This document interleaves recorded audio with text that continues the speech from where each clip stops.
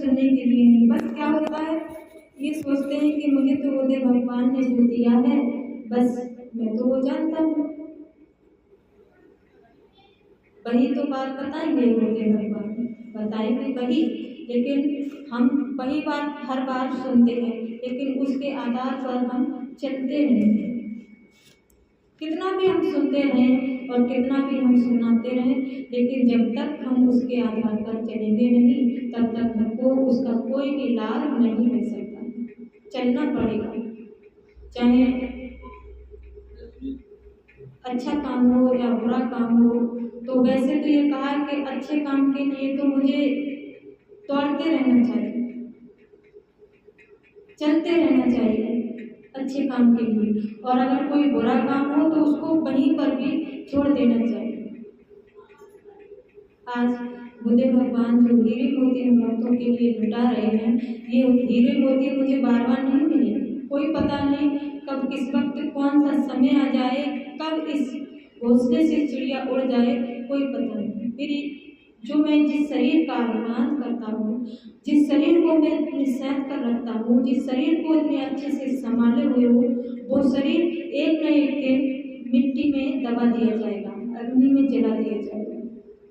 नहीं काम आएगा हमारे, तुम्हारे काम आएगा तुम्हारा अच्छा कर्म, तुम्हारी संस्कार, तुम्हारी सेवा जो मैं संतों के दरबार में करता हूँ, तुम्हारा वो भजन ध्यान, तुम्हारा वो दान पुण्य, वही हमारे काम आ सकता है। हम एक बार को कहते हैं कि पूजा करना भूल जाए, कोई बात नहीं। एक बार को अगर पूजा करना भूल जाते हैं कोई बात नहीं, लेकिन जिस इष्ट को आप मानते हो, चाहे सदगुरु हो, चाहे भगवान शंकर हो, ब्रह्मा जी हो, विष्णु जी हो, रामकृष्ण हो, कोई भी हो जिसको आप मानते हो, अगर एक बार को पूजा करना भूल जाओ, लेकिन उनके चरणों में प्रेम करना मत भूलो, उनको याद करना मत भूलो, उनका ध्यान करना मत भूलो। पूजा तो हम एक अपने मन के संतुष्टि के लिए करते हैं कि बार बार किसी चीज़ को हम करेंगे रोजाना सुबह, तो सुबह सुबह जब किसी कार्य को करेंगे तो सुबह जिस कार्य को हम करते हैं और अच्छे से वो हो जाए तो पूरा ही दिन मेरा शुभ होता है, और सुबह ही अगर कोई डिस्टर्ब हो जाए किसी प्रकार का तो मेरा पूरा दिन बेकार में चला जाता है। इसलिए संतों ने ये बताया है कि कभी आप उठें तो सूर्योदय के अनुसार उठें।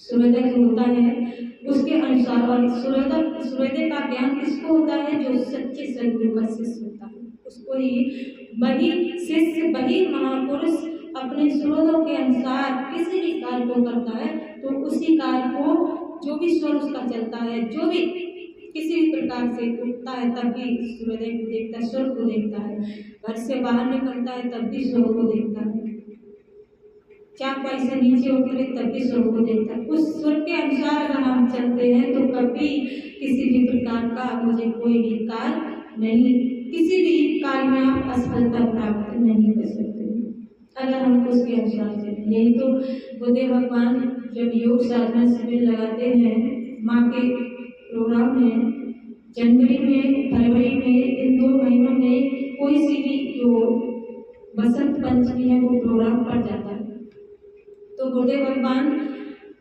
उसमें 4 दिन तक योग साधना शिविर लगाते हैं। 3 दिन सेशन होता है, 4 दिन तक योग साधना शिविर में यही बताते हैं तत्वों के बारे में, स्रोतों के बारे में, कैसे मुझे चलना चाहिए, भजन ध्यान हम जो भूल जाते हैं उसके बारे में भी सारी चीजें बताते हैं।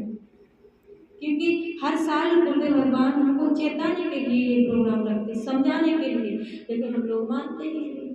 बस किस लिए कि जो कार्य मेरे लिए है उस कार्य में पूरा जीवन निकाल देता हूँ, लेकिन कोई भी मुझे उसमें सफलता प्राप्त नहीं हो पाती। बस होती है सफलता तब भी उसको मैं यहीं पर छोड़कर चला जाता हूँ। वो भी कार्य मेरे साथ नहीं जाता, वो धन मेरे साथ नहीं जाता है, वो दौलत, वो बीवी बच्चे पति मेरे साथ नहीं जाते। अगर कुछ जाएगा साथ तो क्या जाएगा, हमारे सदगुरुदेव भगवान के चरणों में जो प्रेम करते हैं वो, मैंने जो भजन ध्यान किया है वो, मैंने जो किसी संतों के दरबार में जाकर के दान किया है, पुण्य किया है, वही मेरे साथ जाएगा। बाकी सब कुछ इस दुनिया में पड़ा रह जाएगा, कुछ भी मेरे साथ नहीं जाने वाला है। संत महापुरुष बहुत ही सुंदर शब्दों में बताते हुए कहते हैं कि ऐ संसार के मानव, क्या किसी गुरुपद प्रीत नित्य रचने और गज सेवक अधिकारी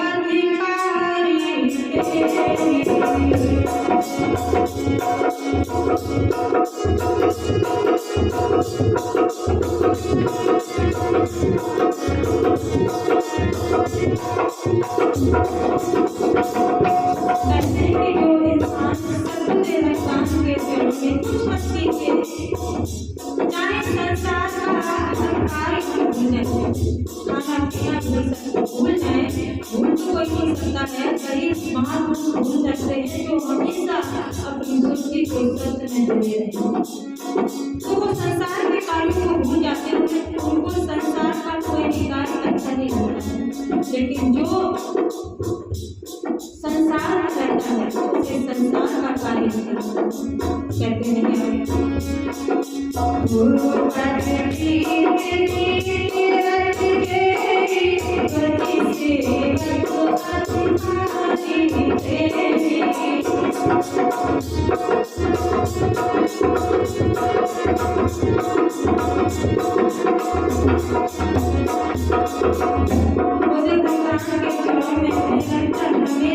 किसी भी कार्य को करें, हमेशा अपनी सुस्ती को सब से जोड़कर या फिर हमेशा ध्यान अपना चित्त अपना दिमाग सत्य के भगवान के काम में लगाए रहते हैं।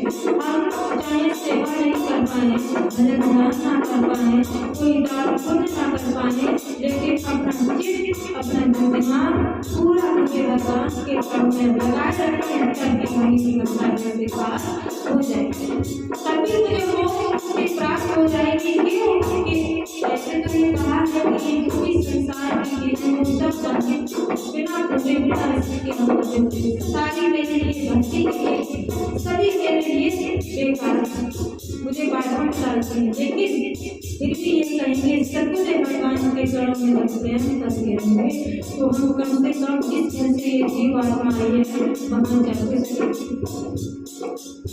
और उनके चरणों में प्रेम न करके क्या होता है, कुछ देर के लिए हम सत्संग में आए और सत्संग में आकर के बाहर निकले, बाहर निकल कर जैसे ही गेट से बाहर हमारा कदम हुआ, पैर मैंने गेट से बाहर रखे तो वही संसार की सारी चीजें मेरे दिल दिमाग में चक्कर काट कर जो मुझे सत्संग में सुनाया गया, सत्संग में बताया गया, वो बातें कहीं के कहीं छोड़ आया, वो सब भूल गए।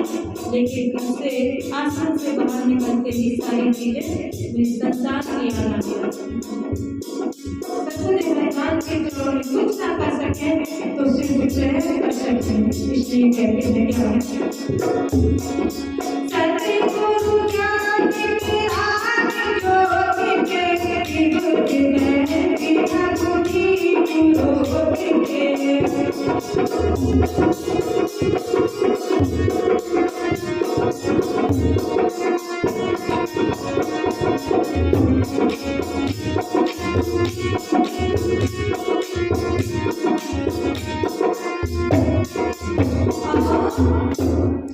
गोस्वामी तुलसीदास जी कहते हैं कि ऐ संसार के मानव, जो गोस्वामी तुलसीदास जी हुए वो कोई साधारण मनुष्य नहीं थे। जब वो भी भक्ति कर रहे थे तो संसार के लोगों ने खूब उन पर अत्याचार किया, बहुत की पत्थरों से उनकी मार की।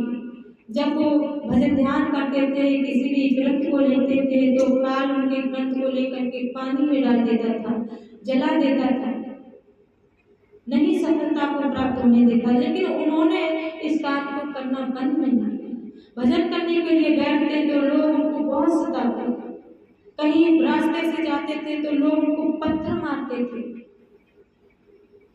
बहुत ज्यादा उनको इतना सताया, इतना अत्याचार किया। आज वही इस संसार का हाल है। भक्तों पर अत्याचार करने के लिए लोग पीछे नहीं हटते हैं। भक्त जब भक्ति करने के लिए तैयार होता है तो काल तो वो अपनी बाधाएं प्रकट कर ही देता है। काल किसी न किसी प्रकार से तुम्हारे आगे भक्ति के लिए बाधाएं प्रकट कर देगा। कभी अब गुरुदेव भगवान का रूप बनाकर आएगा। जब आप लोगों ने ये देखा होगा, शायद यहाँ नहीं देखा हो, लेकिन बहुत ऐसी शिकायतें आती कि कोई भी भक्त अगर भजन करने के लिए बैठता है तो जो निरंजन साहब है वो खुद गुरुदेव भगवान का रूप बनाकर गुरुदेव भगवान का रूप बना करके उसके सामने प्रकट हो जाएंगे। प्रकट होकर के उनको ये बताएंगे कि आप भजन ध्यान करने की कोई जरूरत नहीं। भक्त जो भजन करता है उसको बोलते हैं कि अब तो भजन क्यों कर रहे हो, तुम्हारा तो भजन पूरा हो गया, अब कोई जरूरत नहीं। तो भक्त वहीं पर भजन करना बंद कर देता है। ऐसा बहुत कई लोगों ने, भक्तों ने ये बात बताई है कि आपने मुझे भजन करने से रोका, आपने बोल दिया कि तुम्हारा भजन पूरा हो गया, अब भजन क्यों करते हो। तो गुरुदेव भगवान ने कहा हम तो कभी कह नहीं सकते भजन मत करो, जितना आप करोगे उतना कम ही माना जाएगा, जितना करोगे उतना कम ही होगा, इसलिए ज़्यादा से ज़्यादा करो। कि तब भक्तों ने बताया, गुरुदेव भगवान स्वयं आप खुद गए थे। तब उन्होंने पूछा कि हम कैसे गए थे, तो बताओ कैसे लग रहे थे, जैसे आप थे वैसे ही। बोले आकार कैसा था, कि थोड़ा जैसे आप अभी बैठे हो इससे थोड़ा सा ज़्यादा था, नेक थोड़ी लंबाई ज़्यादा थी, तंदुरुस्ती ज़्यादा थी, लेकिन थे आप, रंग रूप में बिल्कुल स्वयं आप ही थी। तो गुरुदेव भगवान ने ये बताया, बेटा हमने ये काल आता है, जो निरंजन साहब हैं, काल निरंजन साहब, वो गुरुदेव भगवान का रूप बना करके जाते हैं ताकि कोई भी जीव सत्य के मार्ग पर ना जा पाए, कोई भी जीव भक्ति ना कर पाए। तब गुरुदेव भगवान ने कहा कि एक मैं तुमको उपाय बताता हूँ कि जब भजन करने के लिए बैठो और काल निरंजन साहब हमारा रूप बनाकर आए, तो सबसे पहले आप उनके चरण स्पर्श करना है। अगर निरंजन साहब होंगे तो वो अपने पैरों को नहीं छुआएंगे, चरण स्पर्श नहीं कर पाएंगे, और अगर मैं जाऊंगा तो हम तो करवा ही लेंगे, क्योंकि उनको पता है कि ये एक सच्चा सद्गुरु का शिष्य है, पूर्ण सद्गुरु का शिष्य है, इससे मैं चरणों को नहीं छुपा सकता। तो समझ लेना कि हमारे गुरुदेव भगवान नहीं, ये निरंजन साहब है। ऐसे बहुत प्रमाण है, बहुत लोगों ने, भक्तों ने गुरुदेव भगवान को बताया, नहीं तो पता नहीं कितने भक्त भजन ध्यान करना बंद कर देते इसी बात पर। और आप बताओ हमारे यहाँ भक्तों की कमी क्यों है कि थोड़ा सा ज्ञान हुआ कुछ तो बोलो, इसीलिए नहीं आते हैं, मुझे तो पूरा ज्ञान है, मैं क्यों जाऊँ, जो बात बताई जाती है वो तो मुझे पता ही है। और कुछ भक्त तो इसीलिए कि निरंजन साहब उन भक्तों को पीछे हटा देते हैं, उनके आगे बाधाएं प्रकट करते हैं, उनको कष्ट पहुंचाते हैं, उनको दुख देते हैं। अगर भक्त ने थोड़ी सी लगन गुरुदेव भगवान के चरणों में लगाई तो भक्त वो निरंजन साहब इतनी बाधाएं प्रकट करता है, इतने संकट देता है, इतने दुख देता है, घर में समझो अकाल सा पड़ जाता है, तो भक्त इसलिए कर जाता है। लेकिन नहीं, अगर भक्ति के लिए आपने देखा होगा तो सद्गुरु रविदास जी थे। सद्गुरु रविदास कभी भी पैसों के लिए नहीं भागते थे, सिर्फ जूते चप्पल काटते थे, पॉलिश करते थे, सिलाई करते थे, जो भी 10, 5, 50, 100 जो भी पैसे आते थे बस उसी से अपना गुजारा करते थे। कभी भी उन्होंने ये नहीं सोचा कि कोई आकर 500 दे जाए, 1000 दे जाए, या जूते चप्पल काटने के कार्य को ना करूँ, कोई बड़ी नौकरी करने लगूँ, भक्तों को ठगने लगूँ, उन्होंने कभी नहीं सोचा। अपने कार्यों को नहीं छोड़ा, बस उसी क्यों कि बैठे आराम से और अपनी सुरती को, जिब्या को पलट लिया है, हिचकी मुद्रा लगाए हुए हैं और उस कार्य को वो करते जा रहे हैं। छोटा सा काम, वैसे उनके लिए छोटा सा नहीं कि पैसा ज़्यादा होगा इंसान को घमंड होगा, सुंदरता होगी इंसान को घमंड होगा, घर मकान अच्छा होगा, दौलत होगी, ताकत होगी, बल होगा, बीवी बच्चे, ये सब चीज़ ये क्या है हमारे अंदर घमंड प्रकट करते, अहंकार प्रकट करते। और ये अहंकार जो काम, क्रोध, लोभ, वो अहंकार, ये सारी चीजें क्या है भक्ति के शत्रु हैं। और जब तक ये भक्ति के शत्रु हमारे अंदर रहेंगे तब तक हम भक्ति को प्राप्त नहीं कर सकते। रविदास जी ने कभी नहीं सोचा कि मैं बहुत अमीर हो जाऊं, मेरे कोठी बंगले माता पिता ने बिल्कुल अलग कर दिया था उनको।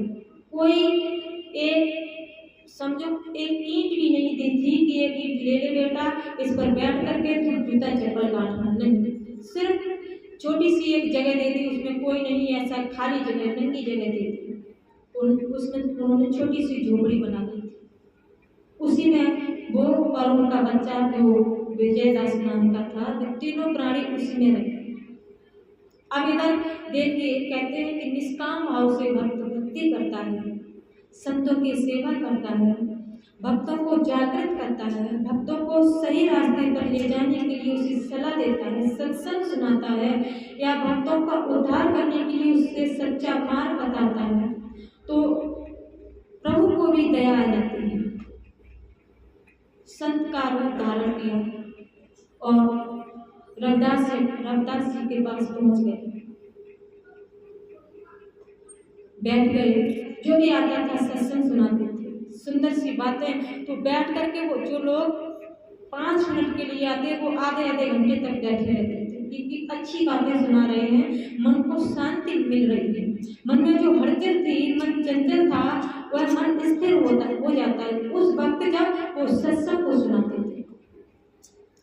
साधु जी आए, एक पारस मणि को निकाला, पहले तो हाल चाल पूछ लिए, फिर कहा महाराज टूटी फूटी झोपड़ी है, बारिश होगी तो पानी टपकता होगा। बोले हाँ टपकता है, बस अपना गुजारा कर लेते हैं। बोले क्यों ना लोगों से कुछ पैसे बढ़ा दिया जाए तो अच्छा सा सब कुछ हो जाएगा। बोले नहीं, मुझे क्या करना है, बस पेट तो ही भरना है।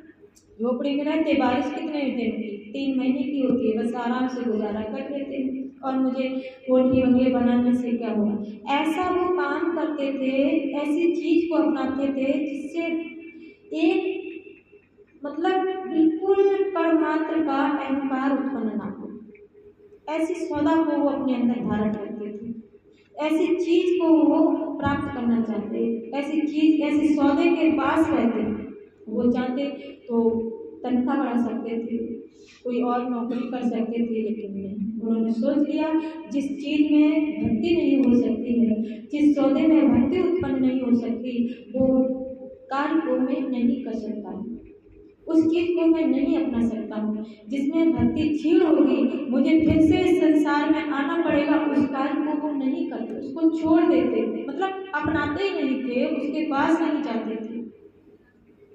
तो साधु जी ने ये कहा, भाई मैं ये पारस मणि लाया हूँ, आप इसको रख लो, आपके पास लोहा है तो उस लोहे को, वो पारस मणि को लोहे में आप छुआ दीजिए तो वो सोना बन जाएगी। साधु जी ने रविदास जी से कहा, तो रविदास जी ने कहा नहीं महाराज, मुझे इसकी कोई जरूरत नहीं, सोना बनेगा, बाजार में बेचूंगा, ईंट पत्थर लाऊंगा, पूरा मेरा दिल दिमाग चित्त सब मकान में लगा रहेगा। जो समय, थोड़ा सा समय मुझे प्रभु ने भजन ध्यान के लिए दिया है, वो व्यर्थ में ईंट पत्थर का मकान बनाने में निकल जाएगा, और पता नहीं कितना समय लगेगा। फिर उसमें ऐसो आराम से सोचेंगे अब एसी पंखा ये सब कुछ होना चाहिए, बस मेरा दिल दिमाग आधा चित्त मेरा उस तरफ चला जाएगा। इसलिए मुझे सुख की प्राप्ति नहीं चाहिए। मेरे लिए अगर दुख मिल रहा है, मुझे दुख सबसे प्यारा है, क्योंकि दुख में मुझे प्रभु याद आ रहे हैं, दुख में मैं भगवान को पुकार रहा हूँ, दुख में मैं प्रभु को याद कर रहा हूँ। सुख में हर इंसान उस प्रभु को भूल जाता है। क्यों? जो संपत्ति उसके पास है, दौलत, जो बीवी बच्चे, जो ताकत उसके पास है, वो सारी चीज़ें उसे प्रभु याद नहीं करने देती। मतलब ये चीज़ें उसे प्रभु को जो याद करना चाहे फिर भी वो अपनी तरफ खींचती। मुझे ये पारस मणि नहीं चाहिए, आप ले जाओ। बोले नहीं, रख लो, जरूरत पड़ेगी। बोले नहीं, कि आपका बेटा है, शादी करोगे, कैसे करोगे? बोले सब जो होगा प्रभु की कृपा से सब हो जाएगा, मुझे किसी की कोई टेंशन नहीं, बस जो दे देता है मालिक उतने में ही गुजारा करता हूँ। बैठे रहे, साधु जी बहुत सोच में पड़ गए, कैसा बताओ महात्मा है, अगर लोगों को देते तो बताओ कितने खुश होंगे, उनको कोई मतलब नहीं। थोड़ी देर बाद फिर बोले महाराज रख लीजिए, बोले नहीं मुझे नहीं चाहिए, आप रख लीजिए। काफी देर तक बैठे रहे, सोचा कि काफी देर, फिर बोले नहीं आप ले जाओ, आप कितना भी बोलिए मुझे ये इन चीजों की जरूरत नहीं। तो साधु जी ने ये कहा कि मैं आपकी वो झोपड़ी में ये घुस देता हूँ, जो पत्ते वगैरह होते हैं उसमें उन्होंने घुस दिया। कहा जब भी तुम्हारा मन हो, जब भी तुम्हारा विचार बने, तुमको ये लगे मैं गरीब हूँ, मुझे धन की जरूरत है, मकान की जरूरत है, तो उसको लेना और उसमें छुआ देना, मतलब लोहे को पारसमण में छुआ देना और फिर वो लोहा सोना बन जाएगा। सोना जब बनेगा तो बाजार में बेचना, फिर उसका आप क्या करोगे, अच्छा सा मकान बना करके आराम से रहना।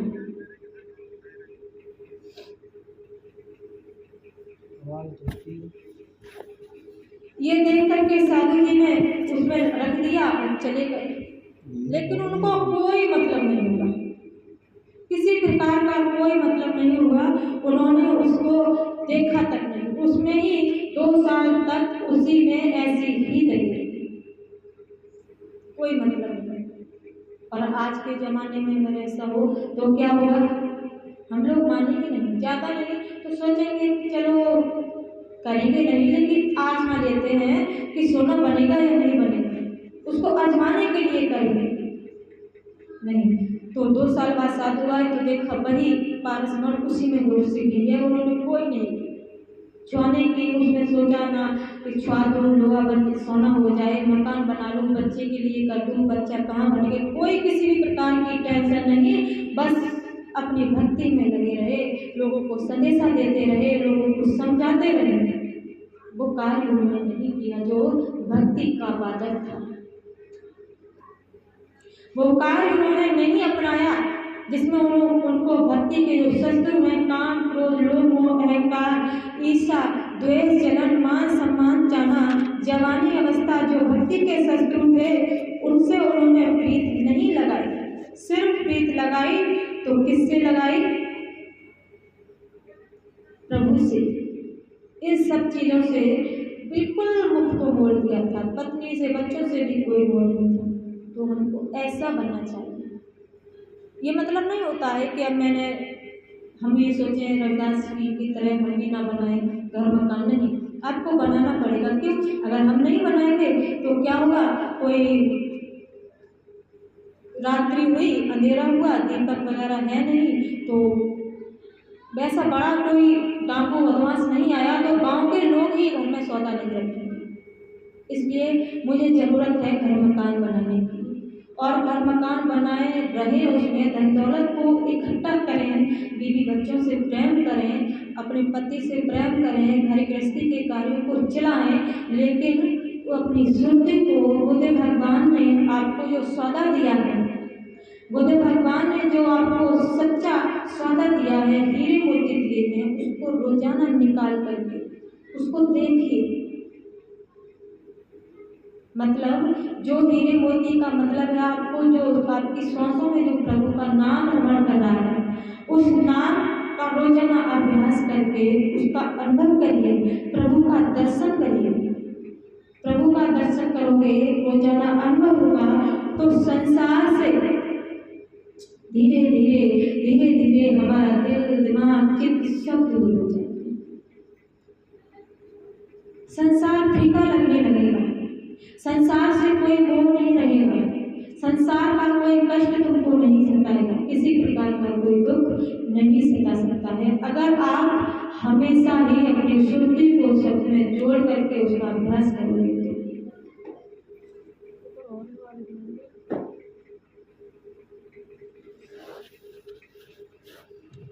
इसलिए कहते हैं कि सद्गुरु भगवान, अगर हमको वो पूर्ण सद्गुरु मिल जाए, जाना है तो सिर्फ पूर्ण सद्गुरु की शरण में जाना है, संसार के गुरु सद्गुरुओं की शरण में नहीं जाना है, क्योंकि वो संसार के ले जाएंगे, लाएंगे, ले जाएंगे, लेकिन मोक्ष मुक्ति का जो साधन है, जो मोक्ष मुक्ति का रास्ता है, वो मुझे पूर्ण सद्गुरु ही बताएंगे। वही पूर्ण सद्गुरु ही मुझे मोक्ष मुक्ति के रास्ते पर ले जाएंगे। अष्टावक्र गीता में राजा जनक से अष्टावक्र जी ने बताया था कि अगर हम लोग, वैसे तो ये अभी मैंने बताए काम, क्रोध, लोभ, मोह, अहंकार, ये सभी भक्ति के शस्त्र हैं, लेकिन मोक्ष मुक्ति के लिए अष्टावक्र जी ने बताया राजा जनक को। उन्होंने जब पूछा कि मोक्ष और मुक्ति मुझे कैसे प्राप्त होगी, महाराज मुझे ये बताएं मोक्ष और मुक्ति मुझे कैसे प्राप्त होगी। तो राजा जनक से अष्टावक्र जी ने कहा कि वैसे तो संसार की जो भी चीजें हैं, हर चीज से अपने मुख को मोड़ दीजिए, मन से, तन से, सभी से। ऐसा नहीं कि हम ये सोचें कि पूरे परिवार को छोड़ करके, बीवी बच्चों को छोड़ करके जंगल में चले जाएं, इससे नहीं, सिर्फ मन से, दिल दिमाग से, अपने चित्त से। जंगल में हम बैठे रहे, मेरा दिल दिमाग सब कहाँ रहे कि पता नहीं मेरी बीवी कैसी होगी, पति बच्चे कैसे होंगे, परिवार कैसे चल रहा होगा, खेतों में क्या होगा, भजन पर बैठे हुए हैं और अंदर क्या चल रहा है, ये सारी चीजें। तो इससे कुछ नहीं होगा। सारे दिल दिमाग को हटा करके अगर हम भजन करने के लिए बैठ जाएं, राजा जनक को अष्टावक्र जी ने बताया कि अगर तुम्हारे अंदर मोक्ष को प्राप्त करने की भी इच्छा है, तभी आप एक बंधन में हैं। मोक्ष को प्राप्त करने की इच्छा है, हर इच्छाओं को खत्म कर दीजिए, यहाँ तक कि मोक्ष और मुक्ति की भी इच्छा न रहे कि मुझे मोक्ष और मुक्ति की प्राप्त ना हो, तब भी कोई बात नहीं हो जाएगी। हो तो जाएगी जब कोई सारी इच्छाएं खत्म हो जाएंगी, जब क्या होगा, कौन सी आप सीढ़ी पर पहुंच जाओगे ये आप सोच नहीं सकते हो। जब ये सारी इच्छाओं को आप खत्म कर दोगे, तब वो स्वामी तुलसीदास जी कहते हैं क्या,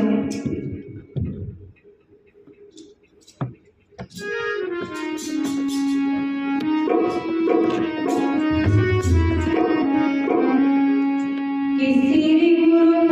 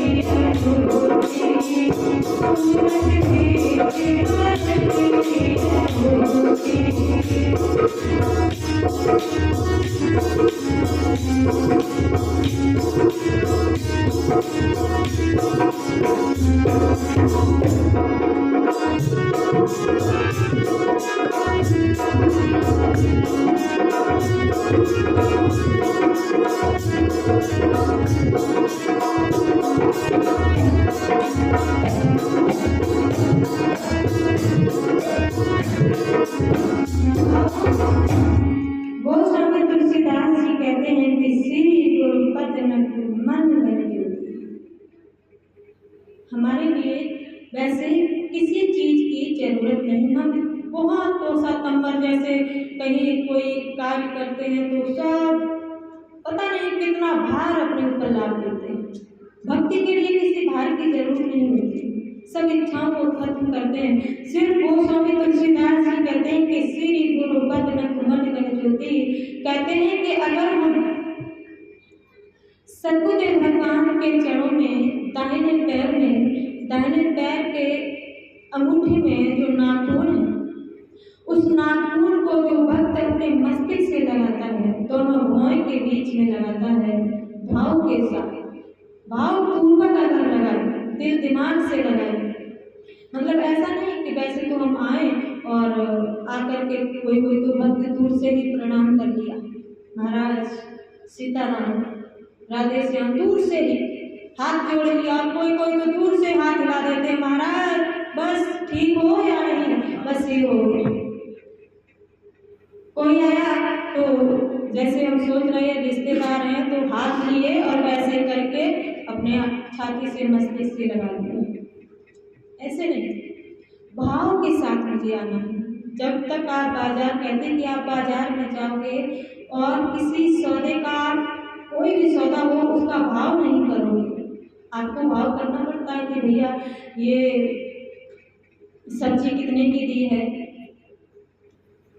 तो बस 20 रुपए किलो, तो आप भाव करोगे भाई 20 रुपए किलो कहाँ, उधर मैं पूछ के आया तो 15 रुपये किलो, अरे 15 रुपये किलो उधर मिल रही थी तो उधर से ही ले लेते, इधर आने की क्या जरूरत। मुझको भाव करना पड़ता है कि कपड़ा कितने का दिया, हर चीज का भाव जब तक हम नहीं करेंगे वो सौदा मुझे प्राप्त नहीं हो सकती। ऐसे ही हम संतों के दरबार में जाते हैं तो मुझे भाव के साथ जाना है। भाव के साथ हम जब जाएंगे तो मुझे भगवान के चरणों में किसी पद में घुमन बन ज्योति, मुझे भगवान के दाहिने पैर के अंगूठे में जो नाखून है उसको हम दोनों भौं के बीच में यहाँ अगर लगाते हैं तो कहते हैं कि सुमिरत दिव्य दृष्टि होती हमारी जो दिव्य दृष्टि है, जो मेरी दिव्य दृष्टि के अंदर दोष पैदा हो गया है वो दोष खत्म हो जाता है अगर हम भाव से लगाते हैं तो। और अगर भाव से नहीं लगाते हैं तो जैसे हम आए थे वैसे ही हम चले जाएंगे। भाव से लगाने की जरूरत है, भाव से झुकने की जरूरत है, भाव से आने की जरूरत है। और ऐसे तो हम आए और जैसे आए वैसे चले गए। आए तो थे कुछ भाव को ही लेकर के चले, सत्संग को सुनेंगे, कुछ प्राप्त करना है। हम आते हैं जाते हैं तो कुछ लेकर ही ये सोचते वहाँ चलेंगे तो मुझे कुछ मेरा अच्छा कर्म बनेगा, अच्छा संस्कार बनेगा। और दूसरी बात ये कहते हैं कि हम अगर आए, जिस कार्य के लिए आए, बस मुझे वही काम करना चाहिए। ये नहीं सोचना चाहिए कि अगर मैं सद्गुरुदेव भगवान के दरबार में जा रहा हूँ तो मन में बहुत सारी मन्नतें होंगी। नहीं, ये मन्नतें तो आप दिन रात खेतों पर काम करके भी कमा सकते हैं, लेकिन खेतों पर काम करके भक्ति नहीं कमा सकते। भक्ति तो आप संतों के दरबार में, और भक्ति दूसरी होती है कि हम भक्ति मंदिरों में, मस्जिदों में पूजा करके भी कमा सकते हैं, लेकिन उस भक्ति से कभी आपका उद्धार नहीं होगा।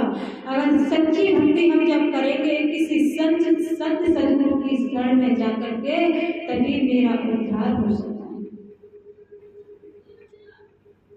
तभी मेरा कल्याण होगा। और अगर जो संसार में देवी देवता हैं उनकी पूजा पाठ करेंगे, पूजा पाठ में लगे रहेंगे तो भक्ति तो होगी, लेकिन मुझे दोबारा पुनः इस संसार में आना पड़ेगा। और फिर इस संसार में आएंगे तो फिर पता नहीं मुझे सद्गुरु मिले या न मिले, फिर हम उस कार्य में लग जाएंगे तो कोई पता नहीं मैंने अच्छा काम कर पाया ना कर पाया, मुझे 84 लाख योनियों में जाना पड़ेगा। कहते हैं कि सुमिरत दिव्य दृष्टि होती, हमारे अंदर जो दोष पैदा होता है, मेरी आंखों में जो दोष पैदा, अगर ऐसे सद्गुरुदेव भगवान के चरणों में प्रेम करने लगे, अपने मस्तक को लगाए भाव पूर्वक, तो मेरी जो दिव्य दृष्टि है, जो उसमें दोष है, वो सब खत्म हो जाते हैं। और वो स्वामी तुलसीदास जी कहते हैं क्या है, ये गुरुपति रचे व्रत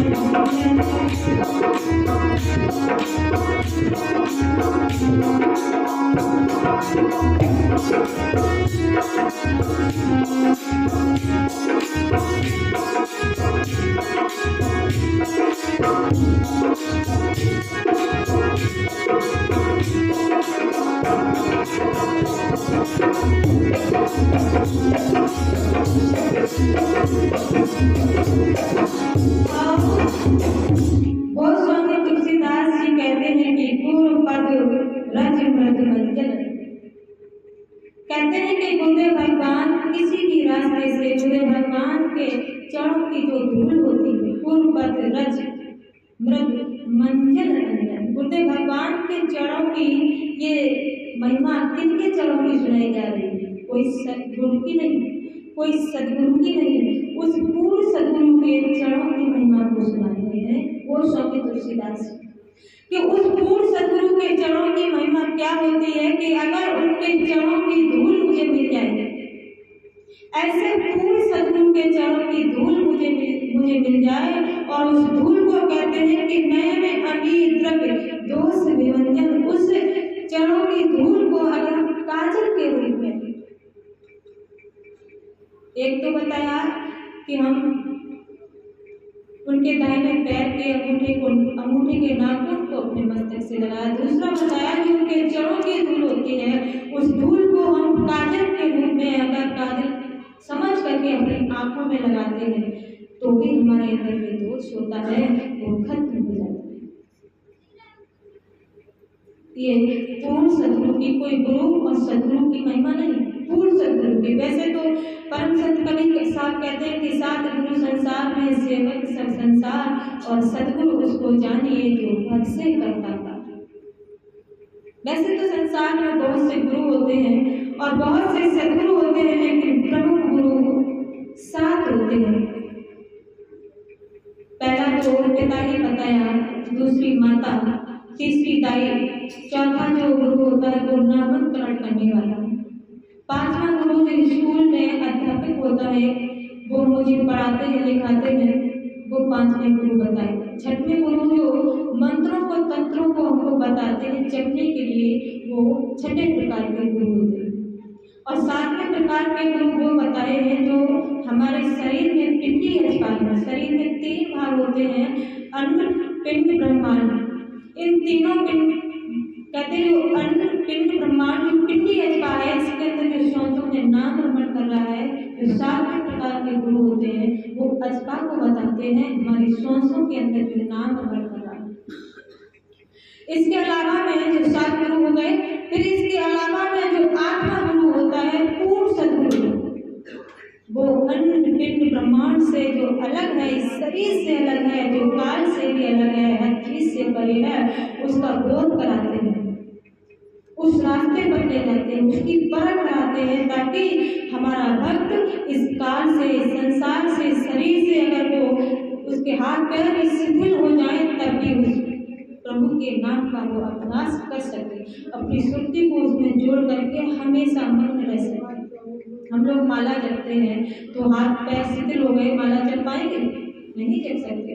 लेकिन जो सदगुरु भगवान ने सौदा दिया है उसका अभ्यास हम कैसे कर पाएंगे? जब मुझे पूर्ण सदगुरु मिल जाएंगे, फिर कितना भी बुढ़ापा आ जाए, चारपाई पर लेटे रहे, लेटे लेटे ही अपनी बस सुरती को शब्द में जुड़े रहे और उस प्रभु के नाम को हमेशा माने, तो आपको कोई नहीं रोक सकता। काल भी अगर आ जाए तब भी वो आपका बाल बांका नहीं कर सकता। वो सदगुरु भगवान के आप लोग में जाओगे, सदगुरु भगवान आपको लेने के लिए आएंगे। क्यों? आप उनके नाम का अभ्यास कर रहे हैं, इसलिए कहते हैं कि कई संसार के मानव आज भी हमारे लिए समय है। अगर कहते हैं कि इंसान बचपन से पाप करता आ रहा है, वैश्या को देखिए, जो लड़का थी वो उसे नहीं पता था, वो बचपन से वैश्या इतनी, मतलब अब आप लोग तो जानते ही हैं वैश्या का कार्य क्या होता है, तो लेकिन फिर भी उसने ऐसे सच्चे सदगुरु की शरण में जाकर के उस प्रभु के नाम का अभ्यास किया, जो आज भी हम लोग उनकी महिमा का गुणगान गाते हैं।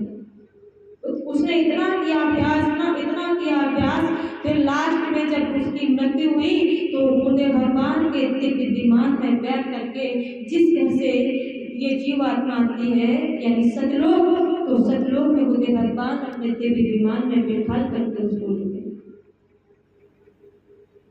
संतों के पास वो दया होती है, संतों के पास जो सौदा होती है, और जिसके पास दया नहीं होती, क्षमा नहीं होता, वो कभी भी ना तो भक्ति कर सकता है, ना ही कभी संत कहलाया जा सकता है। और परम संत कई साल कहते हैं क्या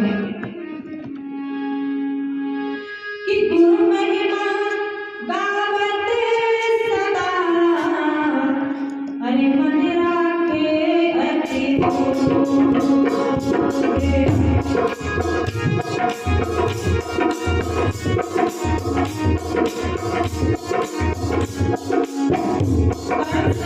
बार कहते हैं कि जो वक्त में सही बात बताई हम कोई बड़ी बात नहीं बता रहे सिर्फ भक्ति के लिए, क्योंकि आज नहीं तो कल नहीं तो परसों कभी तो जरूर करूँगी। सिर्फ आज हम आपको भक्ति कैसे मुझे करनी है बस वही भाषा हम आपको बता रहे हैं क्या है।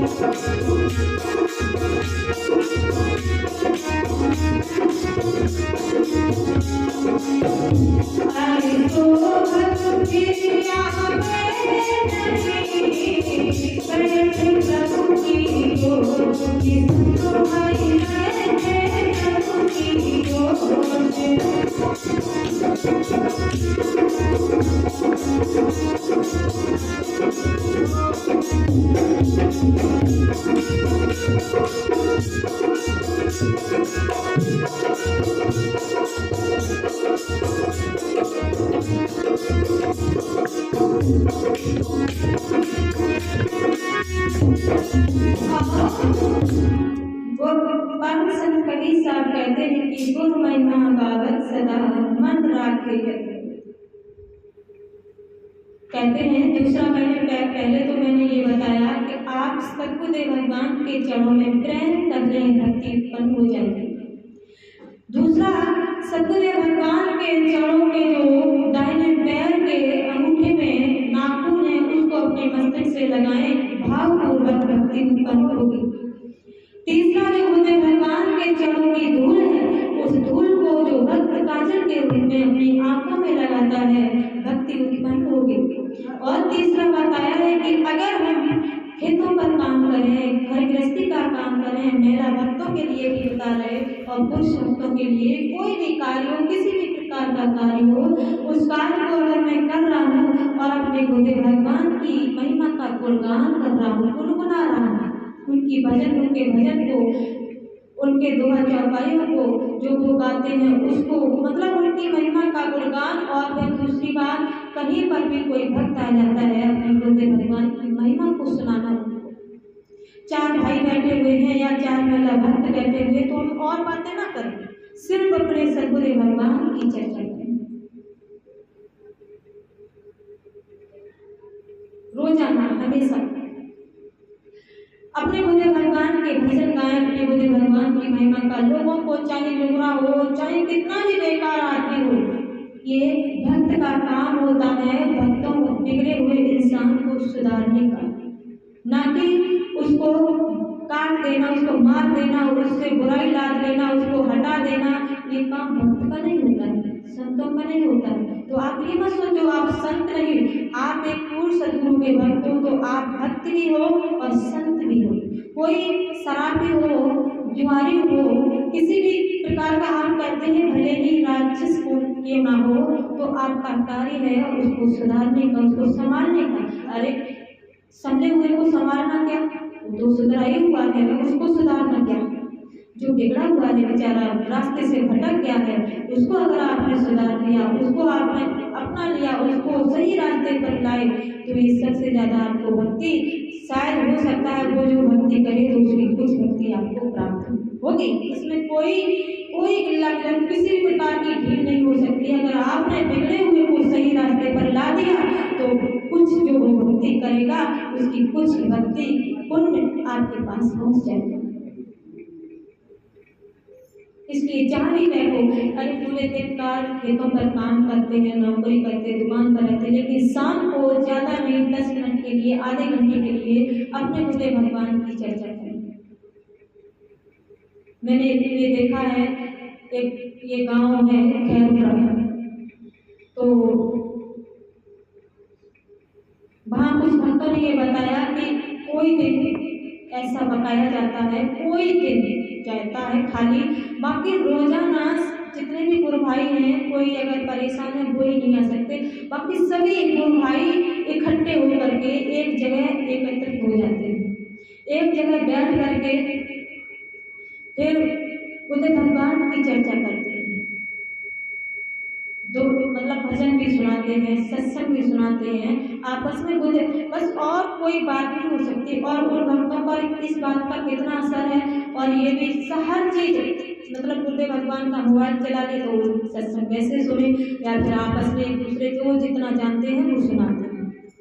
और एक बार अगर बुद्ध भगवान ने ये कह दिया कि बेटा आज आश्रम पर ये काम है, मुझे 10 भक्त चाहिए या 20 भक्त चाहिए, तो इनकार नहीं कर सकते हम लोग। इतनी लगन है उन भक्तों के अंदर, और वैसे तो सभी भक्तों के अंदर है। उन्होंने ये बात मुझे बताई, आश्रम पर आकर के ये बात बताई, तब हम बता रहे हैं आप लोगों को कि मतलब इतना, अगर 10 भक्त मान लिए तो 10 आने ही हैं, 20 मान लिए तो 20 को इकट्ठा करना है, और यहाँ आकर के सेवा करनी है। बहुत भावपूर्वक करते हैं, बाकी तो करते ही सभी हैं, लेकिन हम लोग आपस में बैठते हैं तो प्रभु की तो चर्चा कम करते हैं, कभी उसकी बुराई कभी उसकी बुराई सोचते हैं कि उसको उसने अच्छा कैसे कर दिया। अच्छा कर दिया तो आप लोगों ने देखा होगा अच्छे काम की चर्चा बहुत कम होगी, बहुत कम होगी, और बुरा कर दिया तो चर्चा ज्यादा होगी। इसलिए अच्छाइयों को देख करके हम बुराइयों को कम देखें। जब हम अच्छाइयों को देखेंगे तो मुझे वो इंसान अच्छा लगेगा, और बुराइयों को देखेंगे तो वो इंसान मुझे सबसे खराब लगेगा, उससे नफरत हो जाएगी, उससे हम पता नहीं क्या करेंगे। इससे कभी भी हम भक्ति नहीं कर सकते हैं, भक्ति क्षीण होगी, भक्ति उत्पन्न नहीं हो सकती, क्योंकि प्रत्येक प्राणी मात्र के अंदर प्रभु बैठा हुआ है, और हम प्रत्येक प्राणी मात्र से प्रेम करेंगे। क्योंकि मैंने 4 प्रकार की ये बात बताई। पहले तो बताया कि गुरु महिमा गावत सदा मन राखे अनमोल, और सो भग फिर आवे नहीं बैठे प्रभु की गोद। अगर हम सद्गुरुदेव भगवान की महिमा का गुणगान कर रहे हैं तो कहते हैं कि सद्गुरुदेव भगवान मुझ पर ऐसी दया करेंगे, ऐसी कृपा करेंगे, हमको उस प्रभु की गोद में बैठने के लिए मिल जाएगा, हम उस प्रभु की गोद में बैठ जाएंगे। कहते सो भक्त आगे नहीं बैठे प्रभु की गोद, हम उस प्रभु की गोद में बैठ जाएंगे और इस भवसागर में दोबारा नहीं आ पाएंगे। इसलिए मेरे भगवत बंधुओं, जो समय हमको मिला है वो समय मुझे बार बार नहीं मिलेगा।